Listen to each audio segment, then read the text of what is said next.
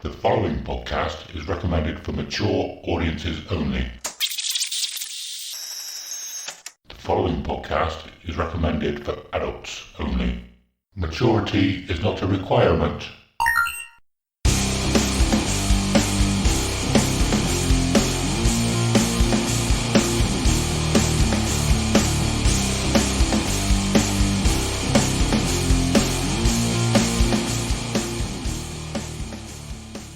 Hello and welcome to episode 4 of Dear Download, a podcast where we get to share our most intimate and treasured memories of Download Festival. We'll talk about each year, the bands we saw, the bands we missed, and everything else noteworthy that happened across the weekend. Also, we'll touch on any news, other festivals, and the music industry, past, present, and future. I'm Adam, and I'm here with Simon. And this week, we have a very special guest with us, Adam Leader. He's the frontman of the band In Search of Sun, who played at Download 2016, and he's here to talk to us about what it's like to play at Download Festival. He's here with us for the whole episode, so we'll have him in all the other sections of the show as well. Simon, how you doing? Yeah, I'm good, man. I'm awesome, as always. What about you, Leader? I'm very well, man. Thank you for having me. Good, no worries. Thank you for coming on. So I can say at this episode, Leader, what have you been up to since birth? Just growing up, man. Just growing up. No, we've obviously had a really nice couple of weeks of weather. Been up to much in the sun this last couple of weeks?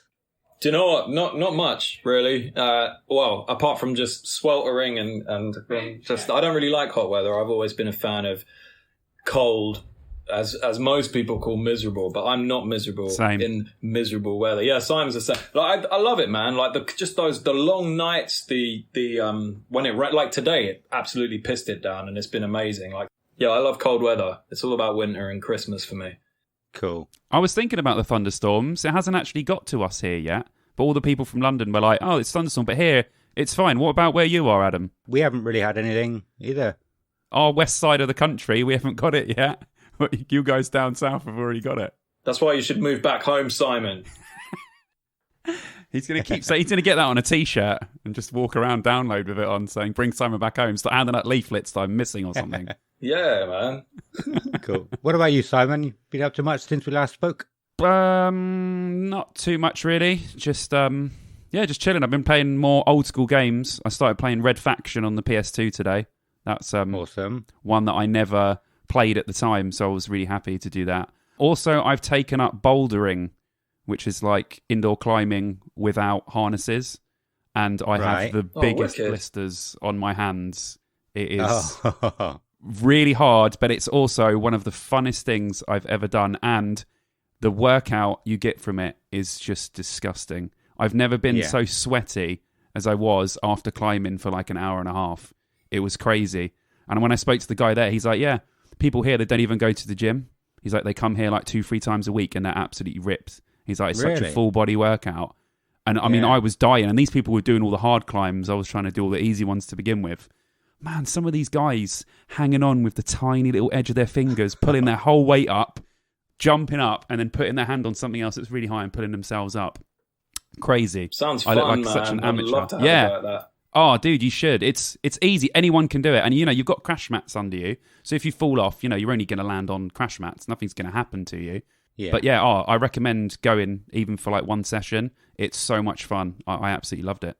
But yeah, that's it, really. That's all I've been doing. I've been bouldering. Oh, and I got really drunk last night. I say this every time. Every time we do the podcast, I'm always hungover because it's always on a Sunday. Hey, it's all good. So apart from that, I'm good, man. What about you? I don't think I'd enjoy bouldering. I haven't got the upper body strength, and I'd probably injure myself falling off onto the crash mats. Even though they're soft, I probably would still injure myself somehow. There's ways. They teach you how to fall if you're like falling off, so you fall safely. Okay, cool. Yeah, so you don't have to worry about that. But yeah, okay, don't do it maybe. Do you like heights? Are you a fan of heights? I'm not the biggest fan. They're okay. Because they can get quite high. What about you, Leader? I can't remember if you're a fan of heights or not. Oh, I love heights, man. I get that like tingly feeling in my balls, innit? Like when you're up really high. Like roller coasters are different because you're sort of safe or whatever. But if you I love climbing trees and stuff. So me and my girlfriend, we go for walks sometime in Tooting Common, And like, there's so many big trees there that I'll just climb. I love climbing trees. So I'll climb, and then there's this one I got so high, like, I don't know, like 1.5 times the height of an average house in the UK. It was so high. And I remember getting to the top and just, my willy just started feeling really funny, innit? Just get that feeling when you've got no protection anywhere, like just get that feeling. I think anyone could understand that. I think I don't know what the feeling for women where they get it, but if you're a guy, it's like when you're a kid and you went too high on the swings, you'd get this really weird sensation in like the lower part of your body, and that's it. I get the same thing if I'm too high. It's scary, man, isn't it? Yeah, it's weird. Well, I think I can link into that. There's Leader, did you ever go to Sonosphere? I never actually. No, I didn't get a chance to go to that. No. Yeah. So I went. They actually had buses to go to the local Tesco, I think it was. And on the bus, it went under this. It was like an underpass, but it just, you know, when you go over a bridge and you feel it in your stomach. Yeah, it was the opposite, going down. And apparently, all the women felt it. They all felt it in a nice way. I have no idea, but yeah, the women I was with said, "Oh yeah, every woman here enjoyed that." Whoa! So they felt it down in the similar area as well, in the crotch region. Yeah. Fair enough.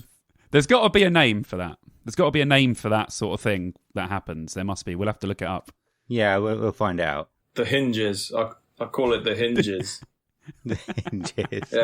Yeah. It's a feeling that you get when I've used it since I was a kid, but like, you know, if you feel like there's like something behind you, or like someone is actually behind you trying to like scare you or something, or like breathing right next to your shoulder, and it sends a little shiver like down your spine. I've always called that the hinges. Me and my sister call it the hinges. Yeah. Okay. Not that there were many people breathing over our shoulders as children or anything like that. But, you know. No, but I get you. I know what you mean. That feeling like someone's behind you, and then you're like, "Oh." Yeah. Good stuff. Oh, my couple of weeks. I got a bit of an update on the D&D. I don't know if I know you probably won't mean much to you, Simon, because you said you don't play it. But I said we're in a bad place. We managed to survive just about. Just for the listeners at home, because they might be interested. Yeah, we found ourselves in a mind flayer's hive, and we managed to escape. Only one person died, but apparently there was a lot of things in that place that could have just outright killed us. So we were lucky to get out. Nice. Yeah. It always sounds awesome when people talk about D&D. Like I said to you before, it's always something that I've wanted to do because it just sounds so awesome. And I know there's been such a reprise in it now. It's got so much bigger. Like obviously everything goes through dips, but now it's really popular again. It's it's like a massive resurgence, and it's cool again. Yeah. For a long time, it was only geeks that played it, but well, I think I don't think there's such things as nerds anymore or geeks because everyone I know is one. Everyone's like either a music nerd or a gaming nerd or a film nerd or whatever. Do you know what I mean? Like we're all nerds in some way. So it's kind of weird because that become the norm now. When you get someone who's like really normal, that's really weird. That's weirder than people that are weird. It's just become the general sort of thing now, isn't it? I agree. Yeah. I mean, Leader's one of the weirdest people I've ever met in my life. So that's confirmed. But when we're together, we are one weird entity. The weirdness gets way out of hand. We used to make these little movies. He had a video camera, and we used to make these tiny little horror films and comedy skits and stuff. I don't know what the hell we were on, man. We came up with the funniest stuff. I still got them, man. I was watching the other day. So we we made this film. So me, Simon, Simon's brother Adam, or Bondi as we call him. I don't know if you've met him, Adam, but it's another Adam in the. We've talked about him. Get him on. We've talked about him because they both work for Royal Mail. Oh, nice. Yeah, we made this film. An old friend, Eric, we made it at his house once. We used to go over there a lot, and we used to we made these crazy short films. And there was this one film where me and Adam he was like a gangster, and I was this really shit Irishman. for some reason. And like, this was the one I watched the other day, Simon, and we turned up to the house and Simon's in there with a hunchback. He's going, playing his guitar. And he invites us in, and then him and Eric are like these two weird hosts. And there's absolutely just there's no point to the story or anything. Like, it's just, and we invite them to stay round. It's like a weird hotel. And then we like tuck them into bed really weird. And they're like that, like tucked into the bed. And we're like, oh yeah, 2 of them, we got them. And it just cuts to late at night. And me and Adam are just in bed. And then we're like, oh, it's a bit hot. Let's take the quilt off. And we took it off and Simon's just in there going, ah! And then it ends. Yeah, see, now that is the definition of weird and weird people. It sounds it, yeah. Speaking of hosts, you also made a film as well, didn't you, Leader? Yeah, I did. It's well, we were sort of, I think before we started recording, we were chatting about YouTube channels briefly, and that was off the back of a YouTube channel. Actually, me and my friend Rich, we made a YouTube channel called Dark Fable Media, and we started releasing weekly content about. It was basically just teaching people. Well, I tread lightly by saying teaching because we didn't take ourselves seriously at all. But it was teaching about like low budget, like indie filmmaking and stuff, and how you can essentially make films with very, very little equipment and lighting and stuff. And we ended up garnering like.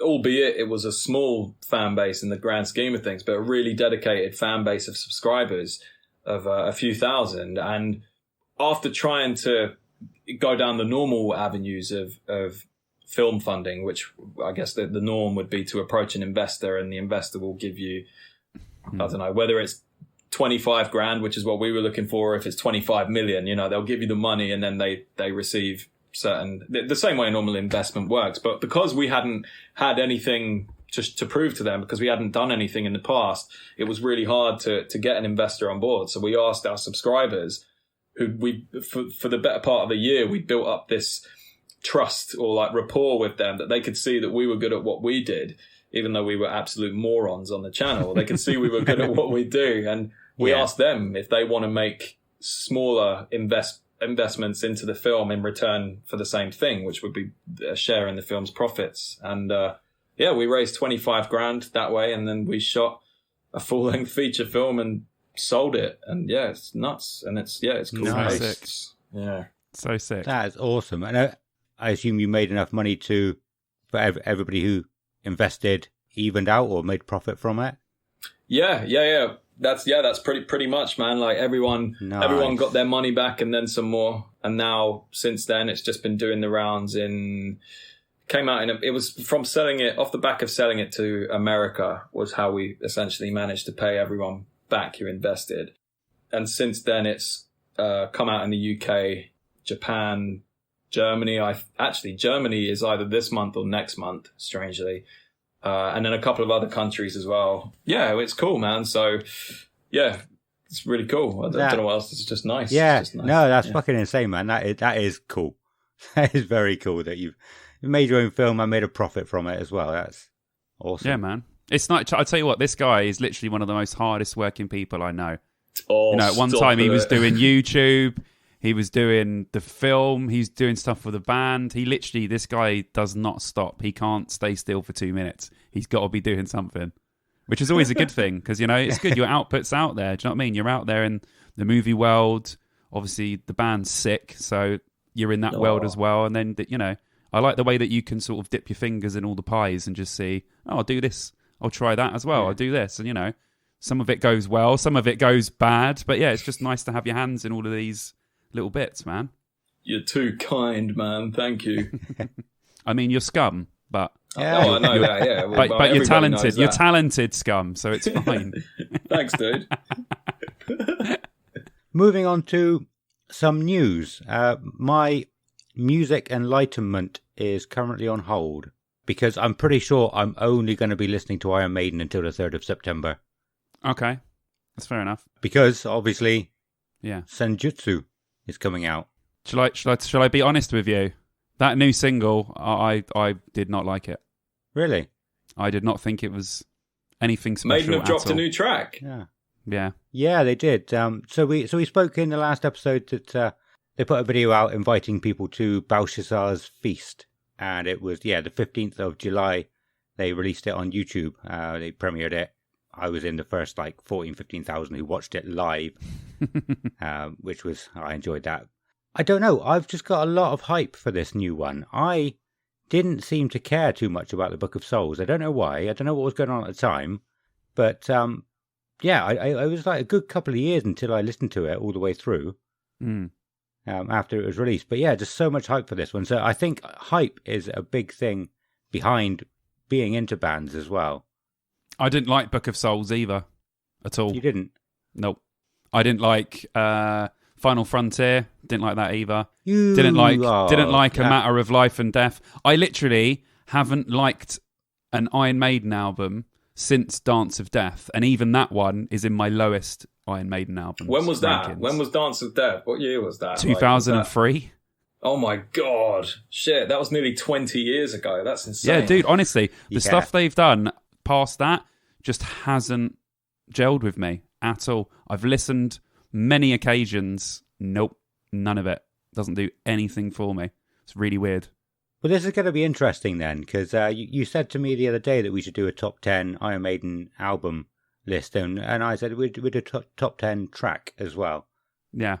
And so when it does release on the episode closest to the 3rd of September, we should do just a full Iron Maiden episode. I've already done my top 10 albums in preparation. Yeah, I've done top 10 albums, and then I've done least favourite album. So do your top 10, and then do a separate one for your least favourite Maiden album, and then we'll go through those, and it'll be interesting to see. Yeah. I'll do number 10, then you do number 10, then I'll do number 9, then you do number, and we'll see how we compare, because they might not match up at all, or we might I don't think they will. I don't think that's they will why either. It's going to be interesting. Yeah. Cool. I don't have any other news. Do you have any other news? Nothing. I'm just again, I know I say this every time, but I'm just absolutely buzzing for Bloodstock. Yes. I can't wait. It's getting closer and closer, and whenever they put up it's just like before download, isn't it? When they put up the 3 weeks to go or 4 weeks to go, and you just start, oh yes. So yeah. I'm just buzzing for Bloodstock. I can't wait to go. Can't wait. That's it, really. I don't have any news. It's the news of me being excited. That's the news. Well, if that's all the news, then should we get Ronnie in here and see what he's got to say? Yeah. Bring him in. Have him lead us into this week's main topic. Bring in the Ronnie. Bring in Ronathan.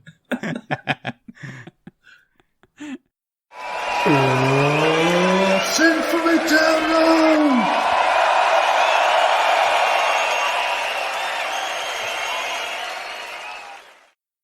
Cool. So as I said earlier, we're chatting to Adam Leader. He's in the band In Search of Sun, who played at Download 2016. I gave a bit of an intro. Do you want to give a bit more, maybe, Simon? Because you obviously known him for many years now. There might have been some bits that I missed. Well, as you said, we're going to speak to Leader about Download, because me and him had been as fans for so many years, and for us to see him on stage, and obviously we'll get his thoughts on this as well, it was absolutely mind-blowing. So you won't believe the amount. He looked like he wanted to cry when he walked on stage. That's how happy he was. So I did cry. See? There you go. But that's it. There's no real intro, man. Let's just ask this guy some questions, man. Let's do it. Cool.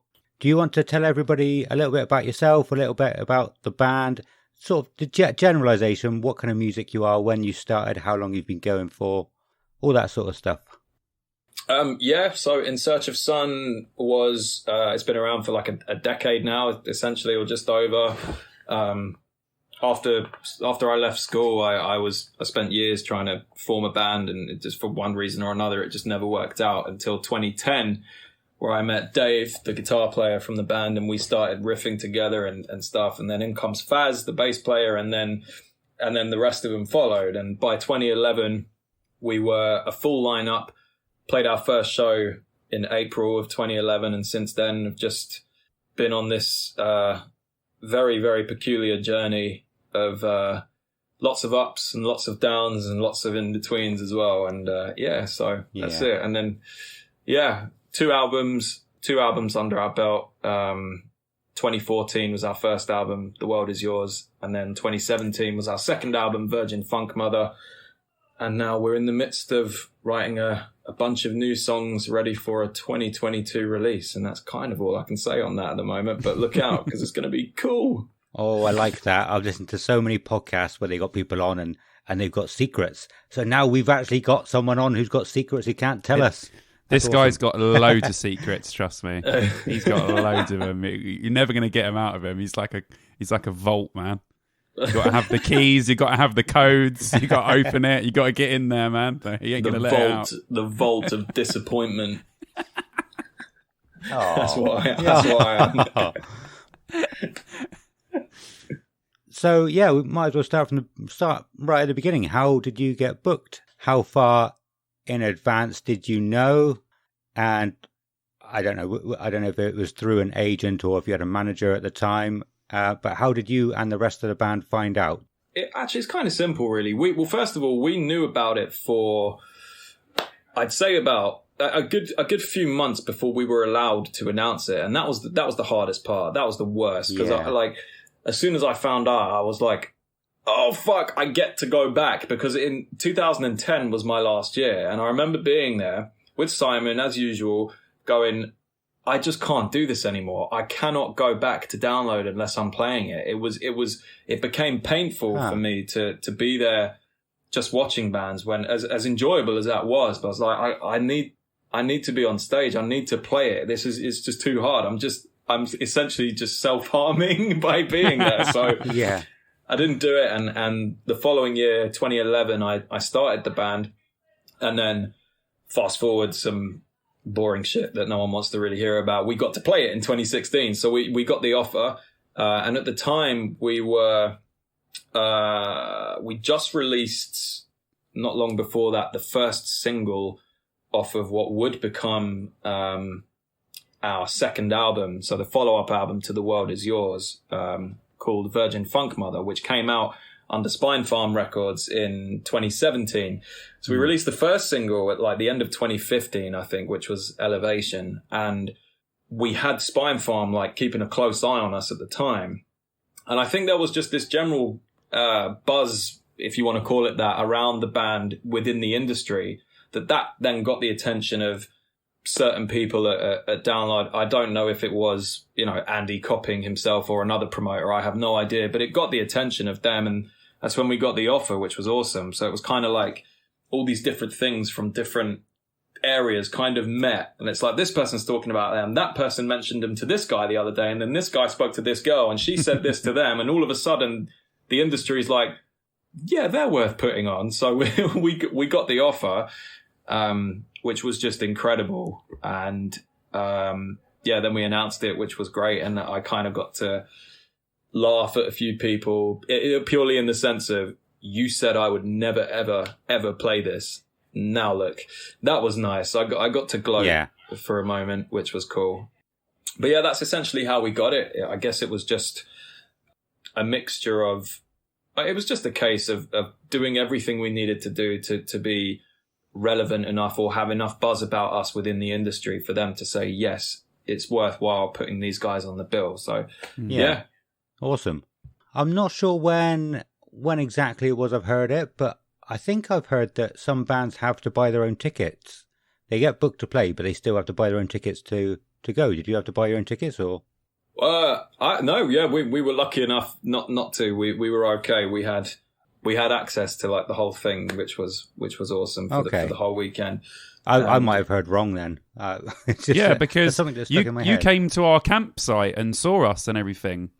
So you had access to the whole festival because we were at our campsite and then he came over. So I'm guessing there's probably some bands that have to. I don't know why they would do that. But if you're playing, how dread would that be? You get to play Download and they expect you to buy your own ticket. Yeah. Maybe it's not Download that I heard it about. Maybe it was somewhere else. Maybe it was like Glastonbury or something. I'll tell you something about Download, right? That if we'll probably never get asked to come back after this, but I'm going to tell you anyway because it's a bit of juicy gossip. But so we played Download UK in 2016, right? And I remember, obviously the whole thing was surreal for me. It was like a huge goal for me to play that, and it was one of the greatest days of my life. But you know, on the day it was so funny because we're in accreditation area and we're getting our wristbands and all that stuff, and we get taken, all of our gear gets, all our backline gets put on this van or like this little truck that gets taken to the stage, which was cool because it was the first time in, at that point, like 5 years of our career where we didn't have to carry our backline to the stage. Yeah, Simon knows, cool, like being in bands and stuff, you have to do it all yourself. Yeah, so we were like, oh, this is great. We feel like rock stars. And then we got in these little like golf caddy things that they took us to the stage. And we played the Dogtooth stage. They took us there, and they took us, like, they drove us through the Donington racetrack, like across there. It was just fucking crazy, man. But then we got to the backstage bit, and we had about, I think, 30 minutes or so until we were scheduled to play. So the other band was still playing. They had a couple of songs left, and they showed us to our trailer. And this was our trailer, okay? It was this little caravan that was, like, beaten to shit. And it had these little, like, 3 metal steps that go into it. And it had "In Search of Sun" printed on a piece of paper on the door, right? We go in, and there's 5 members in the band, okay? There's 5 of us. We went in. There were 4 cans of cider and a fruit bowl with like 1 banana in. It was so, and that's when we were like, oh shit, we got a lot of work to do with this band. We've got a long way to go. So, but then the following year, I think it was 2018. So 2018, we got kindly offered from Download Paris to go and play there. So we went to do Download Paris. And in there, right, I shit you not, it is 5-star treatment, whether you're a small band like us or you are Dave Grohl, who was there that year, right? Like, it's crazy. Everyone gets the same size tent. All the bands, they're all like in this sort of square shape in this little village thing, like backstage in the artists area. There's a Michelin restaurant that's like just a buffet that anyone and everyone can go into. There's tattoo parlors for all the artists. There's free massages. There's haircuts. There's beer on tap. It was ridiculous. And there's just endless amounts of food, fruit, beer, all these crazy services and stuff. And I just remember laughing because I was like comparing this to Download in the UK. It was just that's like night and day, man. That is like 2 opposite ends of the scale. Yeah, it was. I just found it funny, man. You know, but saying that, Download UK was certainly the best single day of my career. That was just ridiculous. It was really good. So it's not a question I've written down, but so I take it they didn't actually ask if you wanted a rider or anything like that. No, nah, they don't. They don't. Unless you're an important band, they won't ask you what you want. You don't get to. You don't get to choose. Cool. I did look up what day it was you played, but I can't remember now. Was it the Friday? I think it was the Friday. Friday. It was. And were you camping there as well? Did you go that year? Did you arrive like on the Wednesday with a lot of other people, or? I think actually we turned up on the Friday, so we didn't go before, but we turned up on, or at least I and a couple of others did. I'm not sure if, thinking about it now, if some of the other band members went earlier, but. Yeah, we turned up on the Friday and then we stayed until Sunday night or Monday morning. Because it's got to be that toss-up of, do I arrive fresh to play, or do I want to have a couple of days drinking first and soaking in the atmosphere? Probably not if you've got to sing. Yeah, no drinking for me before a performance, man. That, although I did actually find myself I don't really drink anyway, but I did find myself having to drink before. About 15 minutes before I went on, I drank this like half a bottle of red wine because one, if I'm going to drink something, it will be red wine. I know Simon likes red wine as well. Love it. Yeah. But I had flu. I had some sort of flu that year. And I also had horrible hay fever as well. Right. At the same time. So I was fucked, man. And like, I had to perform when I was sick, obviously. So I thought the only thing that's going to maybe help loosen me up a bit is booze. So I had like half a bottle of wine. And I think it maybe it helped a bit. Maybe I wasn't thinking about the fact that I sounded like a dying cat that much after drinking it. But, who knows? Yeah. Well, it's so interesting getting a little bit of insight from you, dude, because obviously it was great being there and seeing you from the stage. It was just so surreal to see, me and you have stood next to each other at Download watching so many bands. And to be at the barrier and then just see you come on. And obviously I know all the rest of the guys in the band for a long, long time as well. It was just so crazy to see you all up there and actually doing it. It was lovely, man. I had the biggest smile on my face the whole time. So did you. You looked so happy. But I was going to say, you had the best thing ever because, well, it's funny that your band name is In Search of Sun because as soon as you started playing, it started raining and it didn't stop the whole weekend. I'm telling you this, right? They're like second track. That was 2016, wasn't it? Yeah. Yeah, they were into like their second track. Right? And this is the thing, right? The tent when they started playing was quite full. It was quite packed, but it wasn't like jam-packed. But then it started raining, and the tent when they were playing was... you could not get any more people in it. It was such a blessing because it just packed out. And I looked back and I was like, this tent is full, literally full of people. Did you notice that on stage, dude?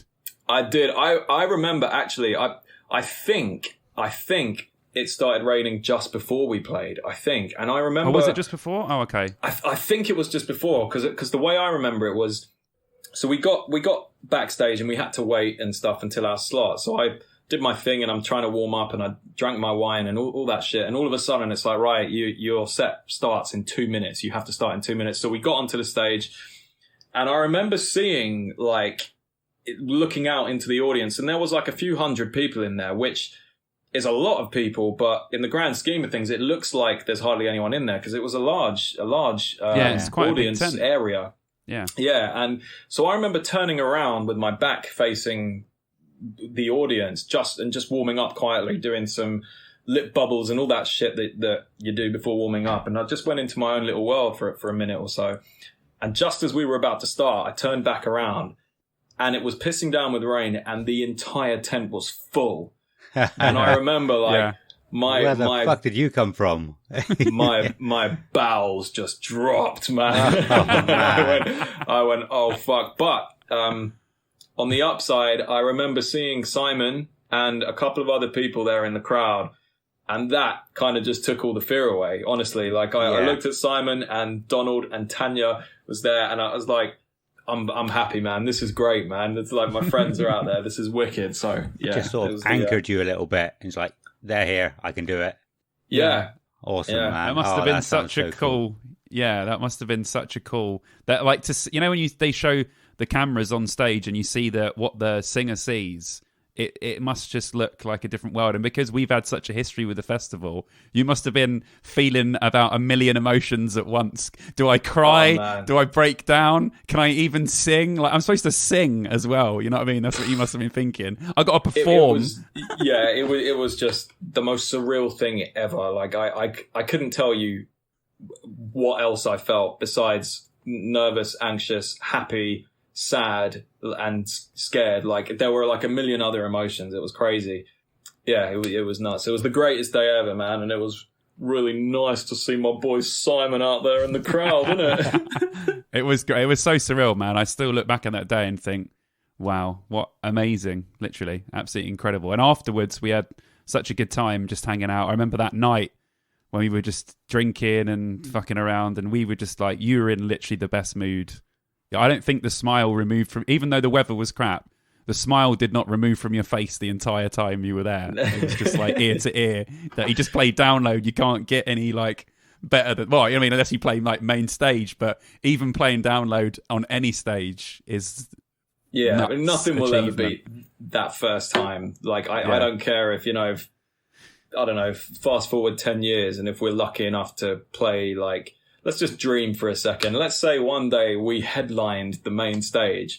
Nothing would still come close to 2016. Yeah, it's that breaking the virginity and just playing on that stage and just seeing your friends out there for the first time and going, fuck, I finally managed to play on a stage at Download is nothing has beaten it. Nothing ever. Well, will, another thing I wanted to ask you was, this is a question that me and Adam talk about all the time.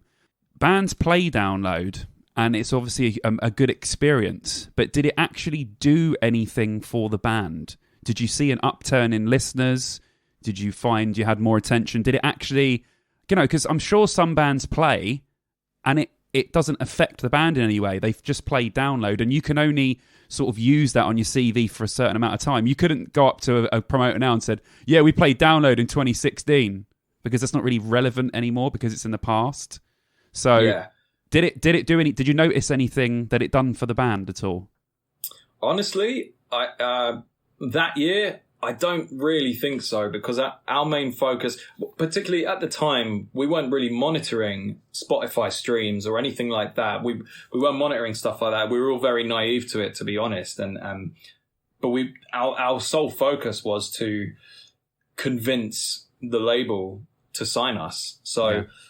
Our primary focus for that year was to go and play it and play the best show that we possibly could, and film it as well, which we did. And we've got the pro shop footage of, I think, 4 songs, which we put together. And then we presented that to the contact at the label and said, look, following a really good Download performance where the entire tent was filled. Thank you, weather, by the way. Yeah.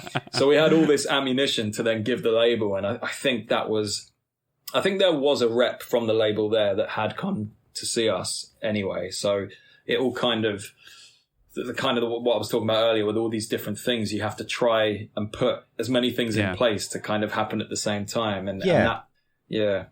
Sorry. Yeah, no, I think that's really cool. I've never been in that kind of position where I'm obviously playing at Download, but to actually think ahead and think how you can use this to sort of springboard yourself onto something else instead of just going, we're playing Download, this is amazing, let's go and kill it, I think that's pretty awesome. I think you have to always be thinking at least 6 months ahead, being in a band or even making films as well, or any kind of creative endeavors. You have to think ahead. You have to think what's next, because the moment you release either, whether it's a single or if you release an album, that is it. You have to know what is next. You have to know how you're going to push this particular song or this gig or this PR campaign for. You have to know when it ends. You have to know when the next one starts. You have to make it happen. Like there's no luck in this industry at all, man. Like everyone makes their own luck, but there's a lot of work that you got to put into it and sacrifice. And I think that's where, I don't know, man. I think that's where a lot of bands tend to give up when they realize actually there is no luck. It's not how it is in the movies, or it's not how it is maybe back in the 80s or the early 90s, where someone does just catch you at a show and go, oh, okay, we're going to sign you. Here, we're going to give you a huge deal. It ain't like that anymore, man. You got to make your own luck, because there are a million other people doing it. And you have to stand out. And the way to stand out is to treat it like a business and run it yourself. I like that. See, that's something I've never known. Just coming from a small town, I don't know anybody who has got to that sort of level. But yeah, I think naturally we will attract the people that are in bands, in smaller bands, I've said on the show before, loads of people can interview the big guys, the big bands, but who's actually giving the advice of the up-and-coming bands of how to get there, I've never heard anything like that in my life. So I think we'll because we're the little guys, we're not, me and Simon, we're not in the big bands or being in bands like, I've noticed a lot of sort of musicians do their own podcasts, like the Fozzy one you told me about. Mm-hmm. We're the little guys looking out for the little guys and hopefully telling them and talking to people that have gone through this journey. It makes sense, man. I know exactly what you mean. I agree with you. There's no, when you're in bands, there's no map to follow. There's no guide to follow. You can look at other bands and get from there, but unless you get, a manager or someone that's done it before, you kind of have to figure it out yourself. And I guess you get to a level when you kind of know what to do. Like, I know Leader's the sort of person that will plan, like he said, you plan what you're going to do next. It's not about what's done now. It's what you're going to do next. But no one can tell you that. I mean, dude, I'm sure it took you years to figure that out for yourself. Oh, 100%, man. Because up until whenever the wheels changed direction and you know, we got on the kind of right path of always planning ahead, it was always, right, well, let's get this done. And then let's put everything into releasing this and just think. And, you know, we were young, man. We were, you know, fucking 20, 21-year-old kids, I guess, at the time. You know, it was 10 years ago. So we thought, yeah, we'll get lucky. We might get lucky. But realistically, and I hate to say it, but the music ain't enough. It's not enough with the music. It's about everything else that supports that music. And it's about the people who play that music. And again, I hate to say this because I come from metal, man. You know, I grew up on metal and as Simon knows, but if you're in a metal band and you're just playing standard metal and you're 4 or 5 guys or whatever in, you know, wearing Suicide Silence t-shirts or Slipknot t-shirts, bands we all love, but you just look like the rest of them and you're playing music that seems to just keep getting regurgitated more and more and more nowadays. So there's nothing really you could make. Like, there's so many bands out there that play metal. I'm talking about, you know, heavy metal, which is the hardest music to sell because it's such a niche audience. But without having something else to kind of promote the people that actually play it, like a story or your own personalities or whatever, or an image, it's not going to go that far. And it sucks that it is that way, but it kind of is that way. You have to have something else. It's kind of like, it's like a brand. You need to make yourself a brand. And that's what it's all about now. You know, if you're doing a YouTube, you know yourself, if you're doing films or anything, you need to like get all of your stuff in one place and have a brand that you can basically sell to people to say, this is us. Yeah, 100%, man. 100%. It has to be the way, man. You have to treat the band that you're in like it is a brand. You know, you have to look at it and go, do I want, like, can I see people wearing this t-shirt, or am I just looking at something that I like, that I think is cool, or I need to think on this as a wider level? And a lot of people, you know, it's okay. They might say, well, we just want to play gigs. We're not looking at it and on a huge grand scheme of things, which is totally fine. But there are so many bands that I've seen that play a show that no one turns up to. And let's face it, we've all done shows like that, and it's fine. And sometimes they're the best shows. I love those shows, but no one turns up to them, and then they'll come home and take to the internet and blame the world for their problems and blame everyone else as to why no one turned up. And it's kind of like, well, you're expecting other people to do you favors. You're expecting luck. You're expecting to play that one amazing show, which you probably did because you're really good, but no one, like, the world doesn't owe anyone a favor. Like, you have to do the work to support it. You have to be always thinking ahead. Well, you've played every type of gig. You know, you've played to a room with no one in, and then you've played to a packed fucking download audience. So you've done it all in between, innit? Half a room, no one in the room, all that stuff. We drove all the way to where was it? I think it was Nottingham. We played this tiny little bar in Nottingham a few years ago, and we literally played to the band that played before us and the sound engineer. That was it. Like, that's all we played to. No one else turned up because we didn't promote it, because at the time it was like, well, it's not our town. You know, the promoter will promote it. No, like, it just doesn't work like that, man. There's this one gig, man, that we played with, I'm not. You don't have to say names. You don't have to say any names. Yeah. There's a song. There's a song on our last album, Virgin Funk Mother. There is a song on there called Mega Piranha, and it's actually about this one particular guy who, in my head, represents this demographic of people that take to the internet and blame the world about how their band is not making it. Because this dude is the epitome of it. I can't obviously say his name, you know, I'm sure he is a cool dude, but like, fuck, man, like, he's in a band that plays like dated metal, which we all grew up listening to, of course, but it's no different, because there are already bands that are still around today that were around in the 80s and 90s still doing it. So their fan base is already there. So it's very, very hard to make a name for yourself when you're playing music that big bands like Maiden and Slayer and whoever else are playing, and But yeah, that this dude just complains and complains and complains, and that's what that song's about.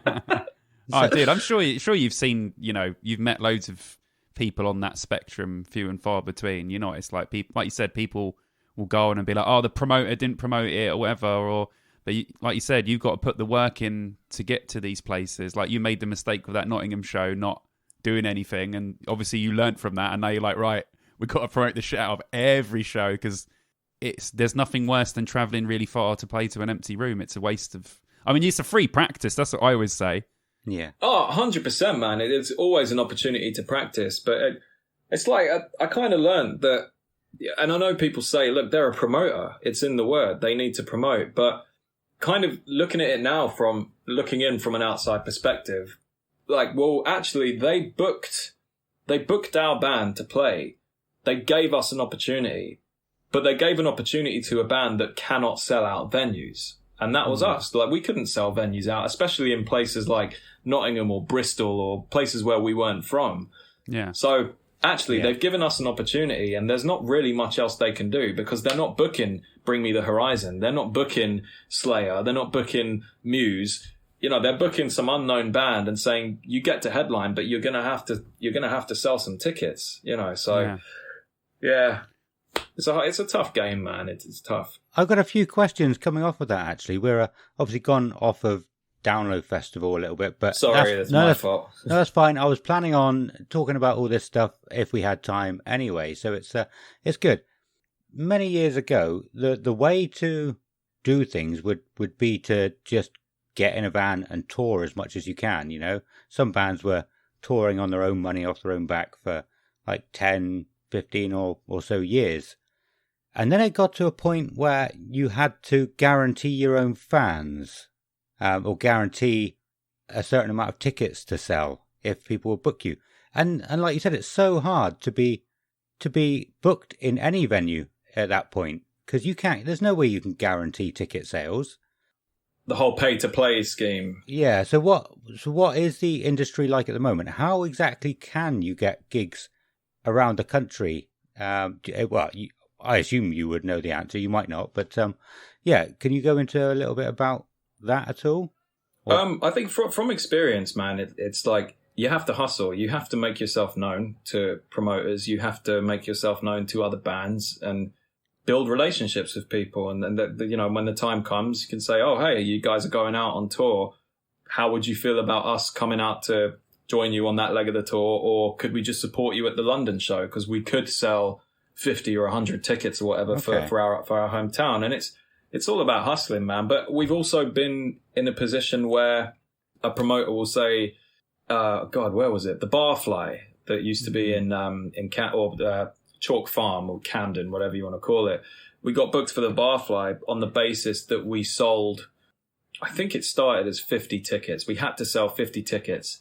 So we were like, cool, we'll do it. So this is actually the reason I didn't go to Sonosphere that year, because I spent the whole weekend going around just selling tickets to people, saying, look, we've got a show on Tuesday, the whatever it was of whenever, buy a ticket. So and then the boys came back from Sonosphere and they helped, and we ended up selling like 100 or 120 tickets, and it was great. But the way I see that, the whole pay to play scheme, I know a lot of people complain about it, but I think it's fair, because you're being given an opportunity, a platform to show people your product, which is the music. You've been given a market pitch for half an hour or 40 minutes to play your music and sell your product to people. So, the same way that, I don't know, fucking Richard Branson had his little stand in a market in London before he was big. You got to pay for it, man. Pay for the pitch. And then you do the work and sell it. It's up to you to sell it.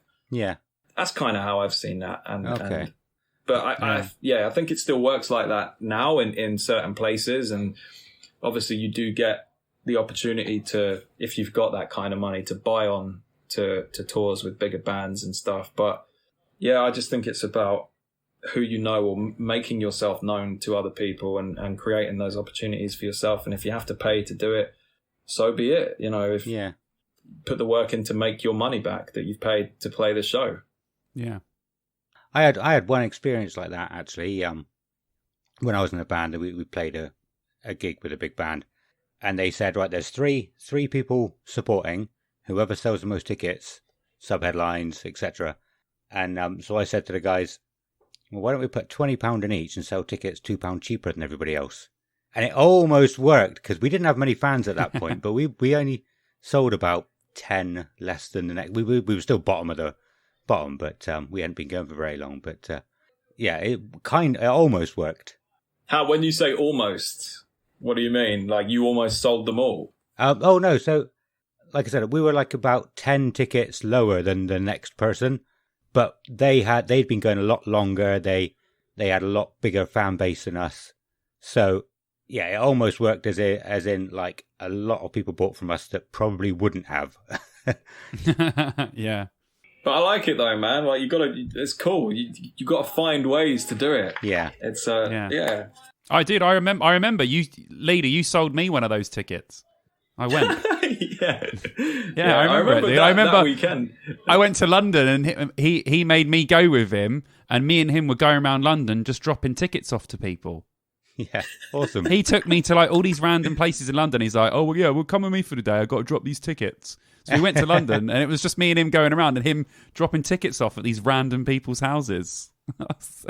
He really worked his arse off for that one. You got to do what you got to do. And then half the people that turned up were like, you know, they were like 50 years old and didn't listen to metal, and they're like, why am I here? They've just done their friend Adam a favor by just buying a ticket and turning up. But it worked, and then that increased the perception of the promoter by going, oh, okay, well this band have sold a lot. I might book him next time then. That'd be cool. And then maybe next time they won't have to pay to play or whatever. I'll just book them because I know that they've got a guaranteed audience that will come. Has the Barfly closed now?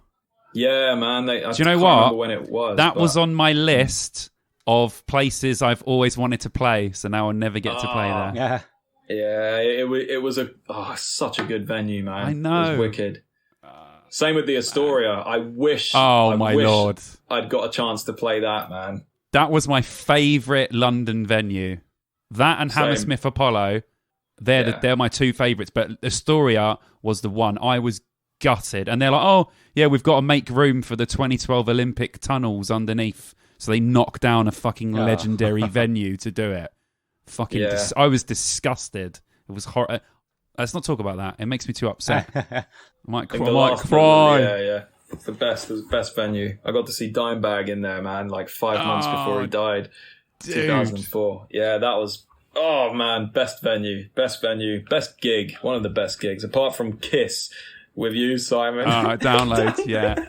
I've never seen someone genuinely leap in the air with excitement when Kiss were playing. He literally went, yeah! You know, like in the movies where someone just jumps up, right? He actually did that in real life. And it wasn't an exaggeration. He was just so excited that Kiss were playing.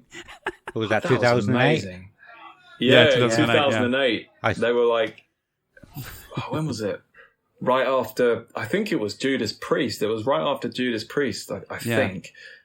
Yeah. Oh, actually, that was... Do you know what? I kicked myself for this. That was the same year that Incubus headlined. I think it was the next day, the Saturday, that Incubus headlined. Or maybe not. Oh, yeah, they did headline. No, they were on the main stage. They weren't headlining, but they were on the main stage. Oh, okay, yeah. And like, I didn't bother going to see them because I wasn't into them then. Then, a couple of years later, they became like my next favourite band, and I fucking love them now, man. And I watched it, so you must have been back at the tents. I remember seeing like the opening song or two to their set, and I remember just going, and I must have gone back to the camp or gone to get myself a toad in the hole or something. I don't know. But yeah, I didn't watch it, and I kicked myself about that because they're just brilliant. I didn't watch Kiss that year. I went and saw Simple Plan on the second stage instead. Oh my Lord. Did you just say that out loud? Yes. It was awesome. Hey, do you know what? Do you know, it was such a small crowd because that's when it was on the concrete, wasn't it? And it was such a small, intimate crowd. I did kind of regret not watching Kiss because I could hear it from like from where I was, and so many songs came on that I knew that I didn't know was Kiss, or I didn't really think about.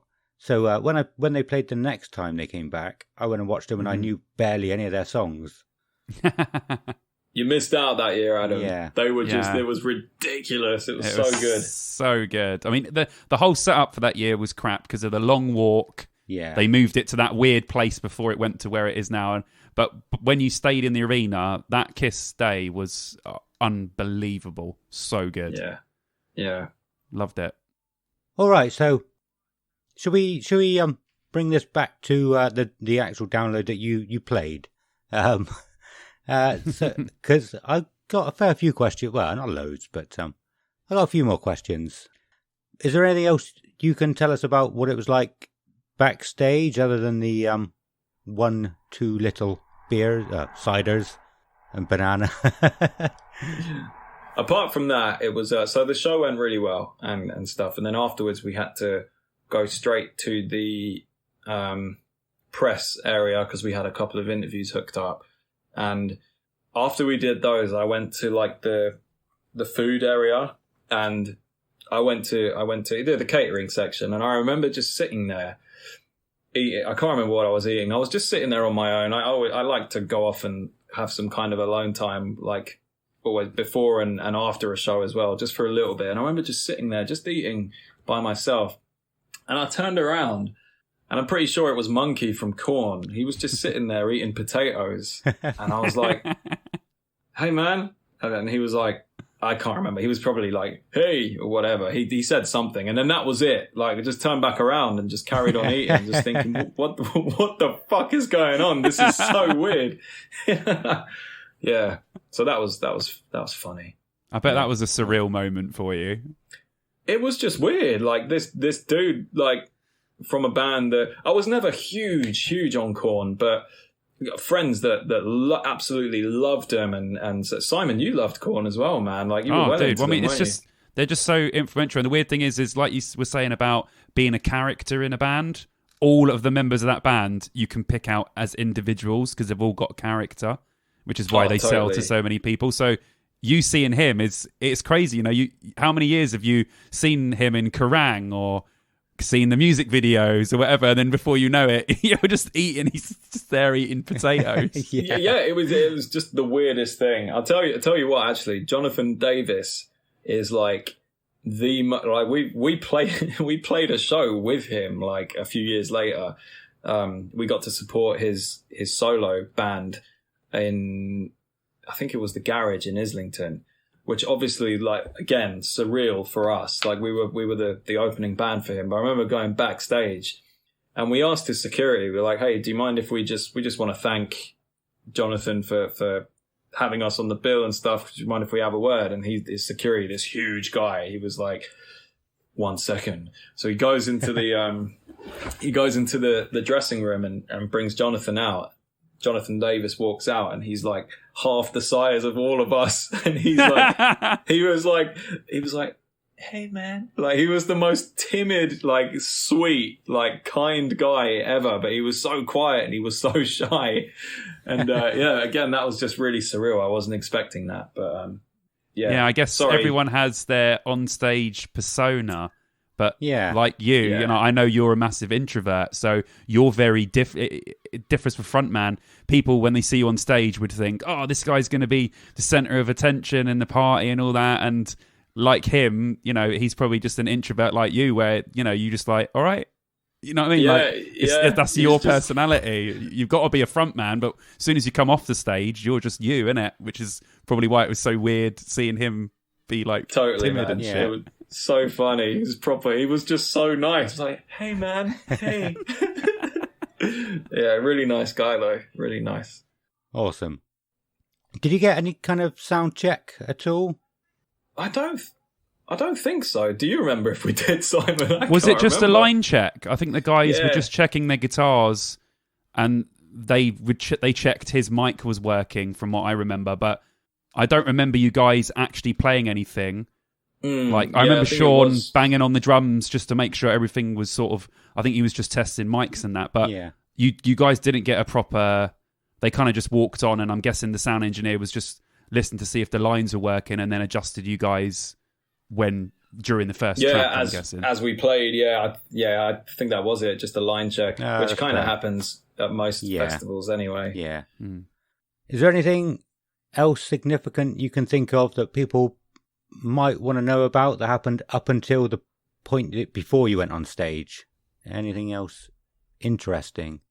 I don't think so. I kind of think that was it. It was. I think that was it. Just that it was very, very surreal and nerve-wracking and exciting and stuff. But yeah, like I said, seeing Simon and the guys out there in the crowd, like, I know this sounds super like whatever the word is, but honestly, like, the rest of the crowd disappeared, and I was like just playing to my friends, and it was just wicked, man. Like, seeing people, because I'm sure Simon got sick of it over the years. All I'd ever say was, I'm going to be in a band, and I'm going to play this, and I'm going to play that. And they're probably like, Adam, shut the fuck up for a minute, and let's just have fun. So, no, dude, I always say it to you, man. I'm proud of all the stuff that you do, because I know how hard you work on it. And I knew that, when me and you were making music together, when we were like basically kids, and we had so much fun doing it, I could tell that you already had such a passion for stuff like that. I told you all the time, man, I knew you were going to get there eventually. You just had to find the right people to get there with. It wasn't that you just had to find the right people and I know, you've dragged some people kicking and screaming and they've had to go, because if you don't do it his way, you might as well not be there, because you're going to have to work your ass off if you want to be part of one of his projects. And hence why he has a movie, he's played Download, and his band has 2 albums under their belt. Yeah. And like 25,000 listeners on Spotify. Do you know what I mean? Oh, thanks, man. You were always very... you always put up with my shit, man. You're always really supportive, and I appreciate it. But we both, you and me both. We always encourage each other. We have done for everything, The me doing the music thing hasn't gone the same way as Leader, for the main reason as I haven't found the right people, and I haven't worked my arse off like he has. Yeah. It's as simple as that. And he's always supportive of everything I do. My band, Escape Crowd, before, we supported In Search of Sun a couple of times. We played some gigs, man. We had a fantastic time. He was always thinking of me when I was in a band as well. He's always like, oh, do you want to play this show? Do you want to do this, do that? So it's good. He gets supported, but he also supports his friends and other people as well. So awesome. Well, the last question I had, which again you've spoken about a little bit already, was, okay, so you're on stage. Tell us all about that. What was it like? Like I said, you've spoken a little bit. Anything else you can add on top of what you've already said? Did you have like shaky legs or anything? Were you like shaking, or were you nervous, or like, what was running? Did you have loads of? I'm guessing your adrenaline was probably through the roof. Yeah, the whole thing just sort of went, and it was over.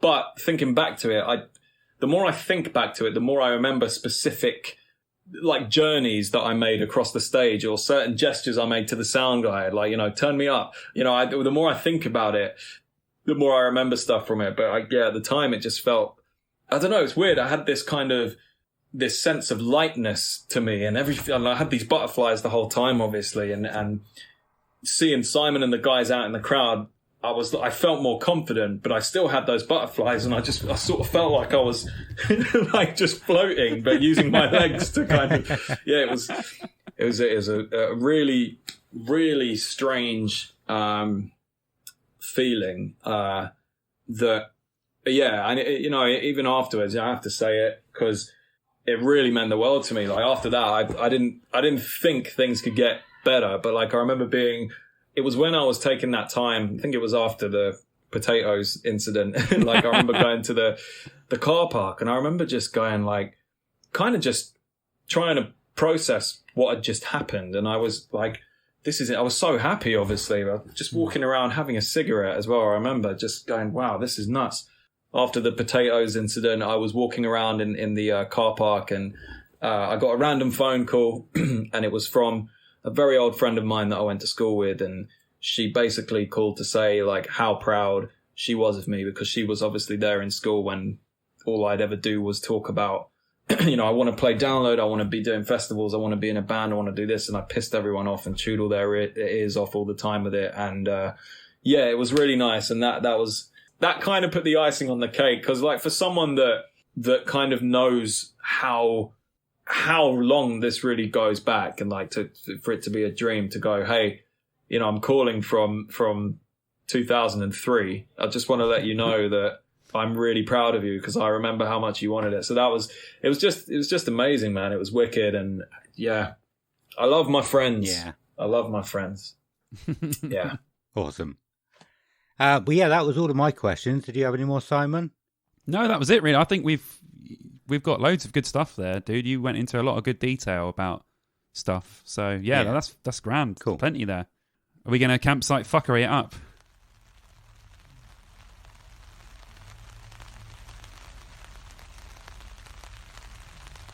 So, Campsite Fuckery is a section dedicated to any funny or strange stories from Download Festival. If you have any stories that you'd like to share with us, then we'll read them out in this section. I will go over all of the ways you can reach out to us at the end of the show. Shall we start with you this week, leader? Well, okay. This isn't really campsite fuckery, but it was one of the funniest times that I've had. It was 2009, I think it was, which was the year of the riots. Simon, I think it was the year Louis came with us, right? Was that like 2009? Yeah. And that was probably my favorite year. That was just ridiculous. There were riots, there were fucking fires everywhere. We started this join the line chant, and we had about 500 people like behind us as we just marched around the campsite. We may or may not have, joined in the riots. May or may not. But it was fucking crazy, man. I remember one of the funniest moments of that year was the laughing gas. Oh yeah, the laughing gas. Man, that was, and you know what it was for me? It was Carter. So have you met? It's another Adam Carter. Do you know him? I know Adam Carter. You don't know this Adam Carter. Okay. So another one. So like Simon's friend Adam Carter, and like he used to hang around with all of us when Simon lived back in London a while back, and he was also there that year. He'd come with us every year, and we were all taking this laughing gas, and I remember turning around, and Carter just his laugh is funny anyway, because it's sort of like a but like on the gas, like he took the gas and just started going and I just fucking lost it, man. I just like I was almost throwing up because I just couldn't stop laughing at him. And then everyone else joined in because I don't know, they were either laughing at him or they were laughing at me laughing at him, and it just turned into this huge just thing of laughter for like 5 minutes. I've got the photos to prove it. I've got the greatest photo of Leader basically going down on the floor, grabbing Carter, looking up at him, and you can just see he is dying. He is literally dying of laughter. It was so funny, man. It was so. It's always little that spontaneity with me and Simon. It's always the littlest thing that it's almost setting you off again now, isn't it? Oh man, I just thinking of all of them just so many times. I love those moments where one of you laughs and you're just laughing at each other laughing and you can't stop. Yeah. It's been a long time since I've had one of them. The best. Yeah. Oh, that year as well. So we filled condoms with baked beans and throwing them across the campsite. That was another thing as well. We were bad at Download because I was saying to Adam last week about when my brother Bondi was getting people's black bags from outside their tent and then lobbing them. If someone left their shoes out, if someone left their shoes outside their tent, he'd grab their shoes and like whip them over into somewhere else into the campsite. We were really bad back in the day, man. Yeah, we'd done loads of stupid shit. Yeah, we were terrible. Louis and Donald climbing, like the big lights that they have around the festival that light it up, and they're on those bigger poles. Louis and Donald climbing up them to go to the top to try and get a better view. Tearing them down and stuff, tearing them down. that year was just carnage. It was so good. There was about 30. There was about 30 of us that year. That was the biggest group of people we've been with. That and 2010, I think we had the same amount. But that was that year was absolutely. The weird thing is about 2009. I've noticed that it's a lot of people's favourite download year. I think it's because the weather was good and the lineup was insane.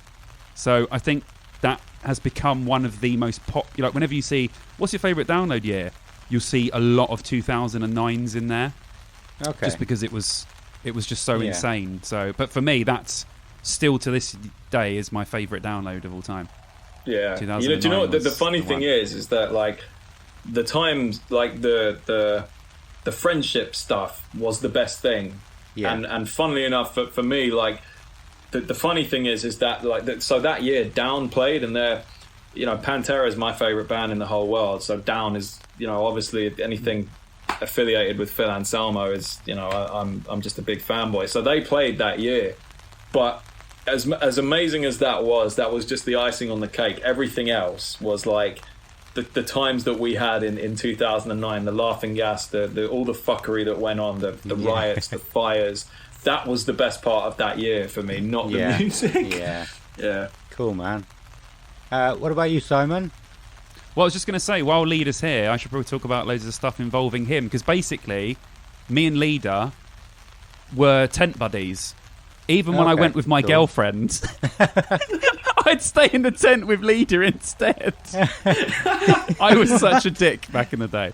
I mean, I can't apologise for any of my past relationships, and if anyone's listening, I'm sorry. I've said this loads of times. I was a fucking knobhead boyfriend back in the day, but because me and Leader had this sort of running thing, because we went together from 2007 to 2010, and then in 2016 as well, but we stayed in a tent every year together, and it was just fucking hilarious. We stayed in like the most tiny tent, just me and him, and then like we were so poor, me and him didn't have any money in like 2007, and my mum had brought us loads of snacks. Yeah, Leader, all the like peanuts and sweets. There was this bag of peanuts, right? I'm even telling you, I don't know how much salt intake we consumed that weekend, but we ate the entire bag, and it must have been like 2 kilos of fucking of peanuts, and we were just like, because we only had the food. Man. Yeah, we only had the food that my mum had like basically got for us, because we didn't have any money. And we used to have like we used to make. So we wouldn't sleep next. We would sleep next to each other, but we'd put everything in the tent down the centre. Yeah. So I'd sleep on one side, and he would sleep on the other side, and that was our little like arrangement. Oh, it was so good. Man. Yeah, it was such a good thing. Going back to your girlfriend, were you supposed to be staying in a tent with her, or did you just say, look, you can come, but you've got to get your own tent because I'm in with Leader? Yeah. You didn't just happen to fall into his tent at the end of the night. It's like, this is where it's cozy. She even put money towards my ticket, and I still made her stay in the tent with someone else.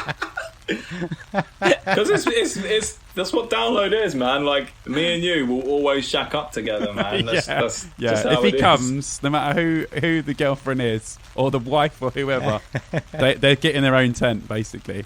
It's as simple as that. Nice. Oh, bless. But yeah, the amount of stuff that came from that, obviously, just staying together the whole time. One of the best things I've seen him do, and the funniest, was he woke up in the morning, I think this might have been 2007 or 8, and everyone's brushing their teeth.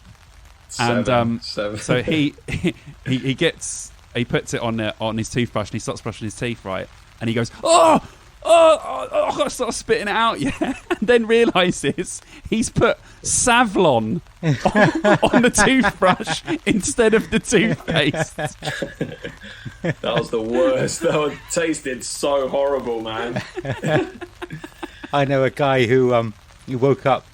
He was really obviously drinking the night before. Just really wanted some water. Picked up this bottle, just started glugging it, and it was peach schnapps. Oh. Not good, man. Not good. No. When you're already hungover and just feel like shit. Yeah. Another thing, Leader, can I talk about? I knew you'd bring that up. No, I won't. Okay, don't put this bit in the show. Talk about it next episode when he's not here and can't tell you not to. I need to tell you about this. You know what? Let's not forget. I mean, I don't know. I guess this comes under the fuckery. side of things. But lest we forget the year of Niraj at Download. Oh, the Niraj year, yeah. So 2008. Niraj is like the most popular dude in Harrow. Okay, make no mistake, he is the rock star of Harrow. He's the local of the pub that we all used to go to called The Junction. He would always be there with a bottle of Beck's in hand every Tuesday when we would all go because it was pound a pint night. Ah, nice. And Niraj would be there. He's just this dude that he always trying to start a band and be in a band and stuff. And like he knows he's a little bit autistic, so like he knows every lyric to every song and every album by every single metal band in the world. Like he knows crazy. he outdoes us on like our knowledge because that's just his thing, right? And like he's the nicest dude ever. But there was one year where he came to Download with us. Oh, it was and great. There was this girl that came along called Becky, I think, the redhead. I think her name was Becca Becky. or Becky, something like that. Yeah, Becca, something like that. And she got so drunk that year, and that there was one night where she was like coming on to Niraj. And do you remember, Simon? She was like he was on sitting to in the like, chair and she came and sat on him. I remember. Yeah, and then I remember just it was sort of just happening, and we were like, hey, oh yeah, this is cool, good for Niraj. And then I remember turning back around just to kind of see what was happening, and she was proper like in his face and like trying to kiss him, and I remember him just going like panicking about it and stuff, and then she wet herself, so everything stopped.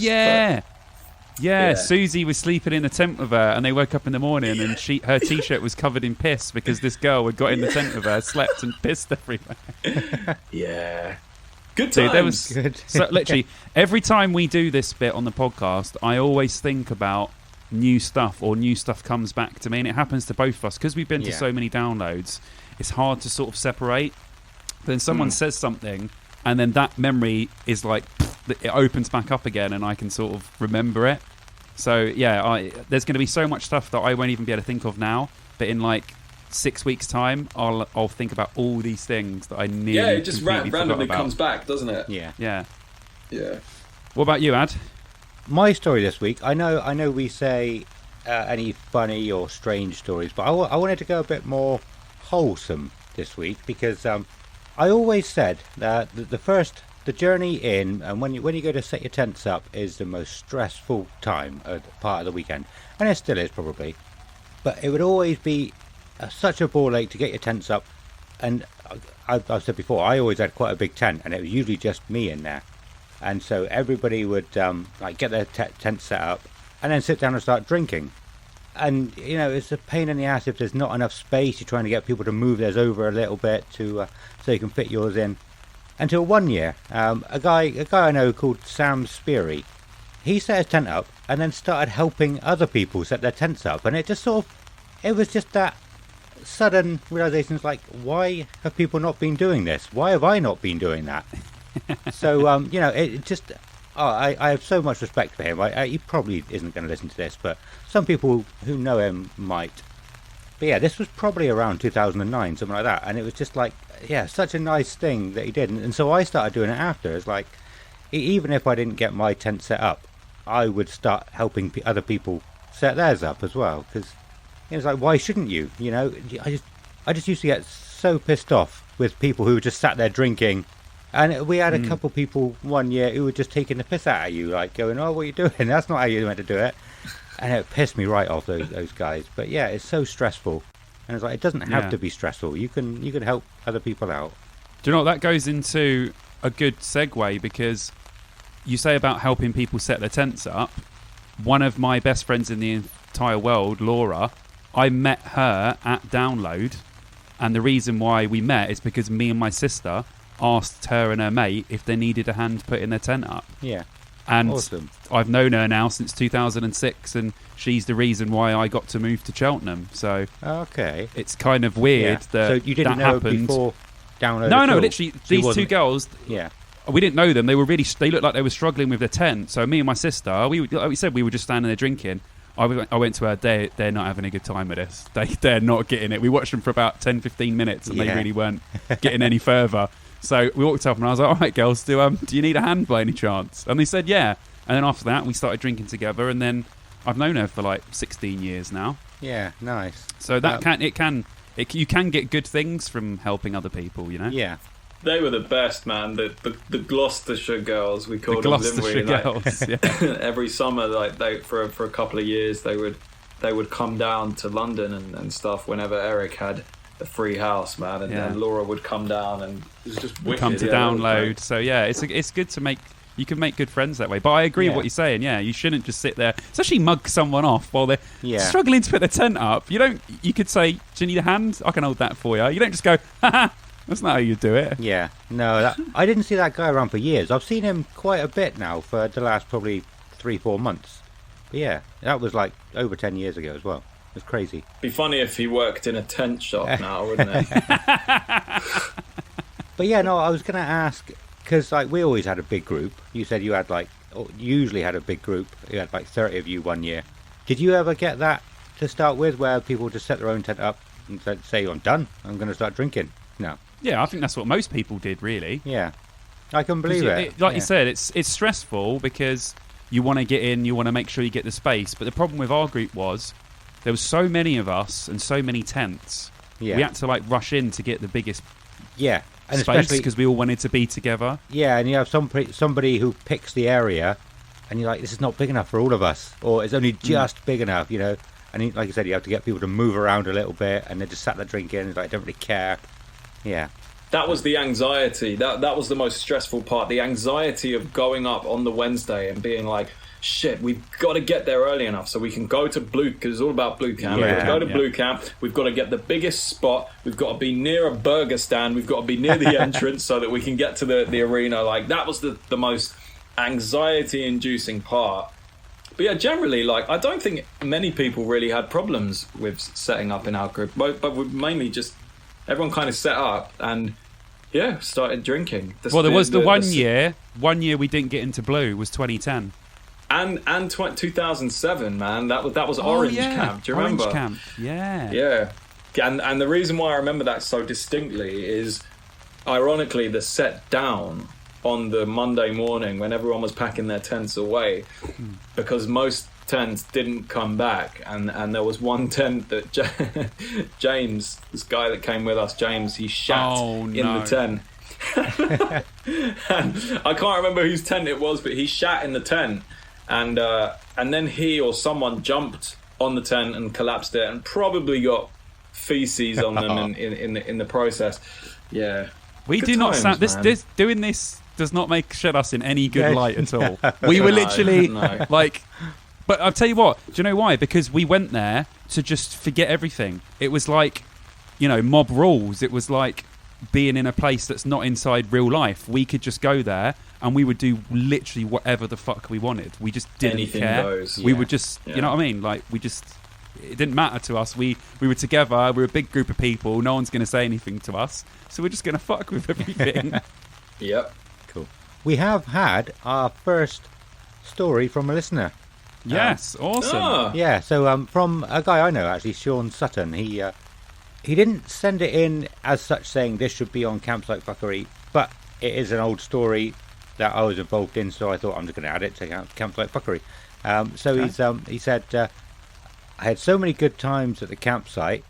It was the year we brought to download free sugs, just parodying the free hugs people.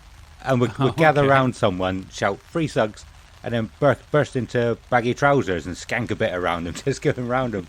Free sugs. Anything goes, though. That's the thing, man. Yeah. It's just anything goes. Yeah. And he said, also, I still remember the guy having a piss and we all gathered around him. I don't remember that bit, but I'm not doubting that it didn't happen. But this did come up on our Facebook just after we released the first episode, because the guy who invented this free sugs, James Britton, did comment, and we were talking to him, weren't we, Simon? And I said, this guy invented free sugs, and it came up on my memories a few weeks back, and we were talking about it, and he said, oh yeah, next year I'm bringing free drugs. it was awesome. We've We also have had a correction from Sean as well in the same sort of message that he sent. No, a correction. Oh no. Yeah, no, it's nothing major. You know, I said about we put all the balloons in his tent, and he woke up when they were all in there. It was actually at Sonisphere, because I think I said it was Sean's birthday. I remembered it being somebody's birthday who it wasn't usually at Download, so I did have a feeling that it might have been Sonisphere, but it wasn't Sean's birthday at all. Anyway, it was a guy called Jesus, who was the guy who had the Old Oaks Close sign.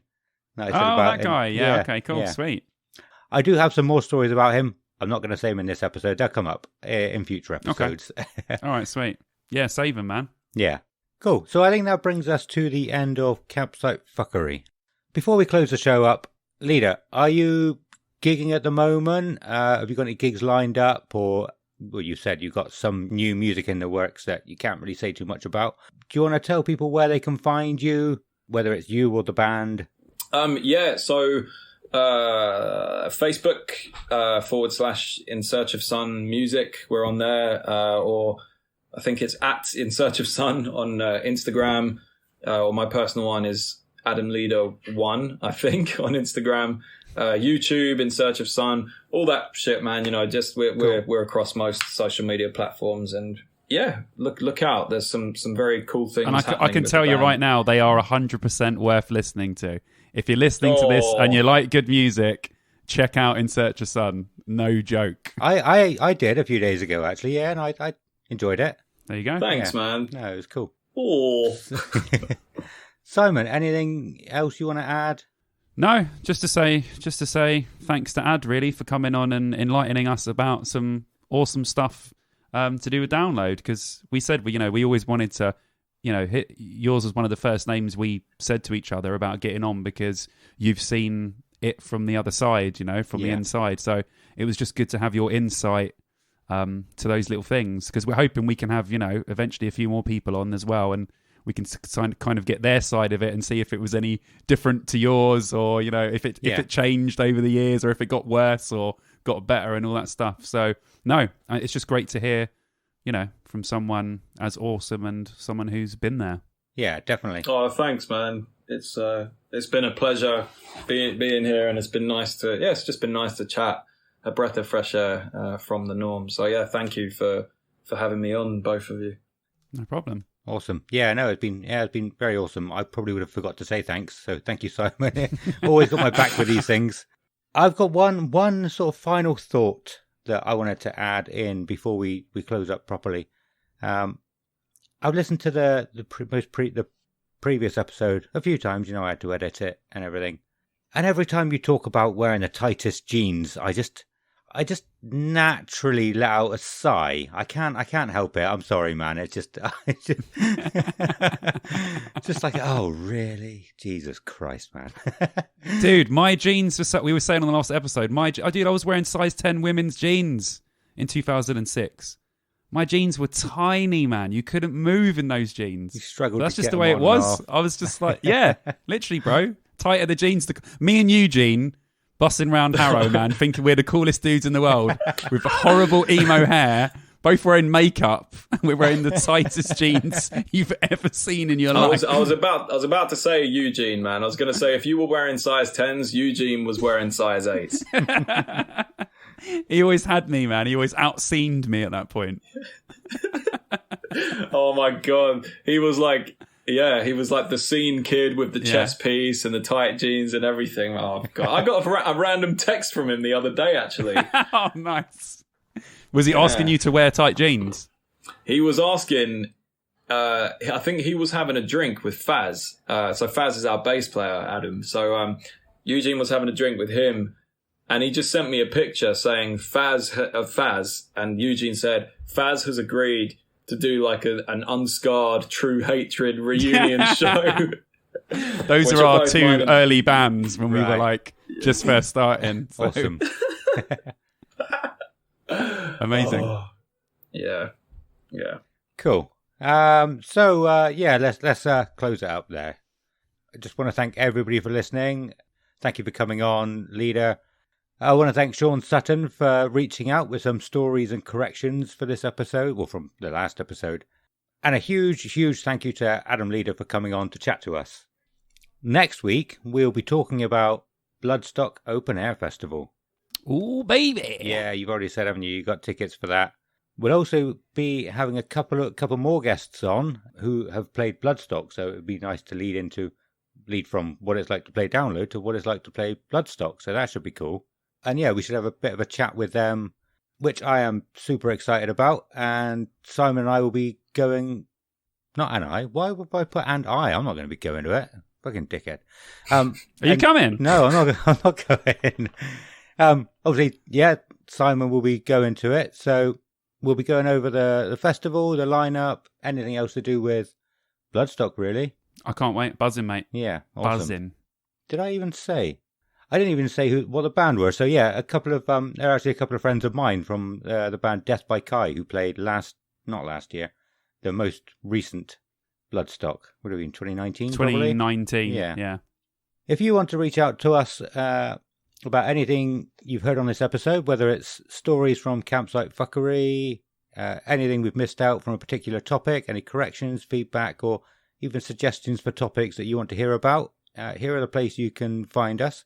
We're on Facebook as Dear Download Podcast, Twitter as the same, Dear Download Podcast. We're actually on Instagram. I put us on Instagram a couple of days ago now, didn't I? Yeah. So yeah, you come and find us on there with the same, Dear Download Podcast. For some reason, you can't put capitals. I don't like that. And for some reason, you have to have underscores instead of spaces, yeah. But yeah, you can't. I know you can't have a space, but I didn't know you couldn't have capital letters. Yeah. I don't understand it. I don't like it. It's horrible. You can email us at deardownload2003, that's 2003, at gmail.com. And we're obviously still growing. There's a couple of things that you can do to help us out. Telling your friends is by far the best thing that you can do for us or any other podcast. And liking, sharing, and interacting with us on social media does so much. It really helps out immensely. And a huge thank you to those of you who have done it already. I know I've asked this about 3 minutes ago, but any final thoughts from either of you guys? Never, ever, ever believe someone when they tell you that shaving your pubic hair will rid you of crab infestation.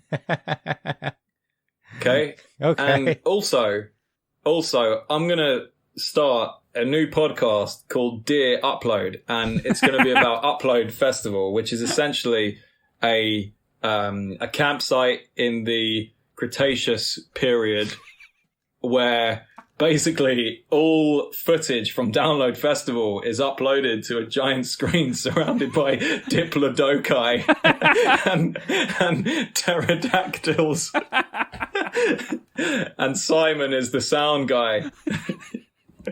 And that's it, man. That's it. Final thought of the day. That was oddly specific. Have you been thinking about that? Very good. It doesn't sound like that just came to you in the middle of the... Trust me, you don't know the things that go through this guy's mind. It came to my head about a minute ago, and I just thought I need to say that. Just thought it'd be really funny. But yeah, upload. Cool. Now, that was a suggestion for the name of this podcast, actually, from a neighbour. Just because of the irony of it. Are they a dinosaur? No, he's not. It's a pterodactyl. It's always flying over the house. Simon, you normally have something good that I've missed out at this point. Anything else you want to say before we go? No, it's been great. Well done. You're a good host. Excellent, thank you. And it's been fantastic having Leader on. You know, a bit of banter as well. And we always go off on tangents, and Leader's helped us with our tangents this time. So that's all good. But no, it's all great, man. It's all good. Yeah. We started off really quickly. We got to the main subject really quickly. I thought this was going to be a much shorter episode than normal. We're at almost 2 hours again. But it's fine. It's been good. It's been really good. Thank you again. No problem. I'm going to have a sandwich, actually, and I'm going to have a sandwich now. Cool.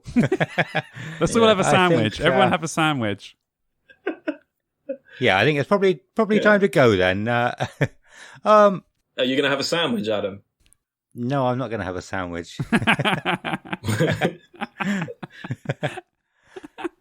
Okay, I will. Simon, I forgot to ask you, where can people find you? Fonzie_Simon on Instagram. And they can find me on YouTube as Simon Bond. I will be doing some Bloodstock stuff and a Bloodstock vlog as well. So awesome. We'll let everyone know when all that stuff happens. Yeah. And of course, anything that's been said, I will link up in the show notes anyway. So that's bye-bye from Adam. Much love, guys. Bye-bye from Simon. This is weird doing 3. Goodbye, all. And bye-bye from me. Goodbye.